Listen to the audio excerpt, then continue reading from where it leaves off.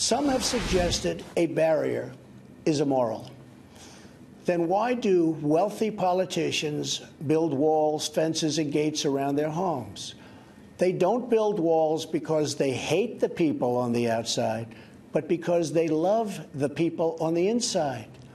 I want to raise that with Emanuel Cleaver, the Democrat from Missouri. He's also a minister by training. Has a very calming presence in Washington. Could use a lot more of that. Congressman, what did you think of the president's argument there on a wall? It's not an evil thing. It's not a disparaging comment about people on the outside. It's about protecting people on the inside. Well, that was a great turn of a phrase. What I think we need now is a turn of the page so that we can get government reopened. You know, I can tell you a lot of things that I think are important for your listeners to hear. Like in 2016, we had a 45-year low in apprehensions at the border.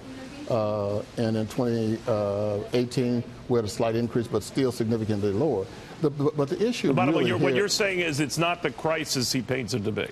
Right. Okay. And my concern is that we're going to have a Bayesian fairy tale coming true here, and that is the boy that cried wolf. You know, there are a lot of mean people out in the world. There are a lot of crises out there right now waiting to be pushed into our laps. And it would be very good if the president used his first speaking evening to the public over, you know, a crisis facing us like a hurricane or something of that nature. Look, you know, the president, I'm sure, is doing what he thinks is right. But it's important to know that I voted and everybody else did over here at the House because Mitch McConnell was able to get the Republicans to vote, I think 100%, for a bill that would have kept the government open, and then we could have dealt with the issue of the border security ongoingly. But something happened after that vote, and the president wouldn't accept it. And he's the one who sent Mitch McConnell to tell us that it was something that he would. No, you're quite right about that. But Congressman, I'm wondering here's where we are now, and yes. It does strike some who observe this on both sides and both parties that Democrats, many of whom overwhelmingly supported the concept of a wall, a structure, whatever you want to call it, now suddenly are averse to it. So isn't each side zooming the other here and zooming us? Well, that's always the case. Yeah, I guess you're right. Always. And that's why I think we would be in a better spot to have people sit down and solve this issue if we could get the funding of the government out of the way. I mean, everybody is going to eventually hurt. I mean, I have family members who are not being paid right now, work for the federal government. But so we need to pass these spending bills and then sit down and work this deal out. Democrats have supported a variety of things, which is what I think we need, and I would vote for. There are probably some places where fencing will work.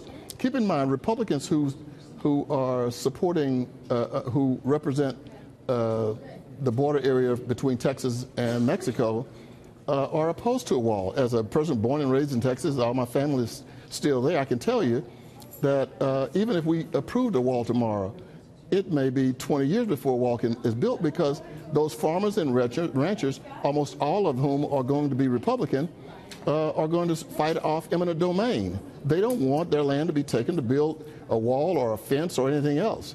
So But do you think the concept of a wall is so offensive that you can't even advance the argument that a lot of places where walls work, as I'm sure you're aware, Congressman, the Israelis swear by them, along the San Diego-Tijuana border, it's clearly working. So does the president have a point, but no one is listening because of this whole government shutdown threat?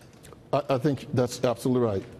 And there are points where walls are going to be helpful. There are other parts that we need to use other technology. Drones would be a place, would be one of the things we need to use.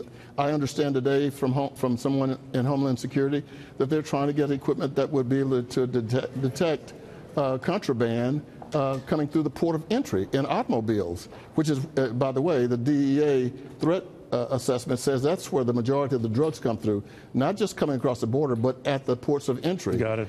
And so, you know, look, this is dumb, it's stupid, and it's unfortunate, and it should be offensive to all Americans. We can pass spending bills, get people back to work, clean up the parks, get Social Security checks in the mail, and then sit down and reasonably solve this problem. This is not something that the most powerful nation on the earth ought to be waiting around in.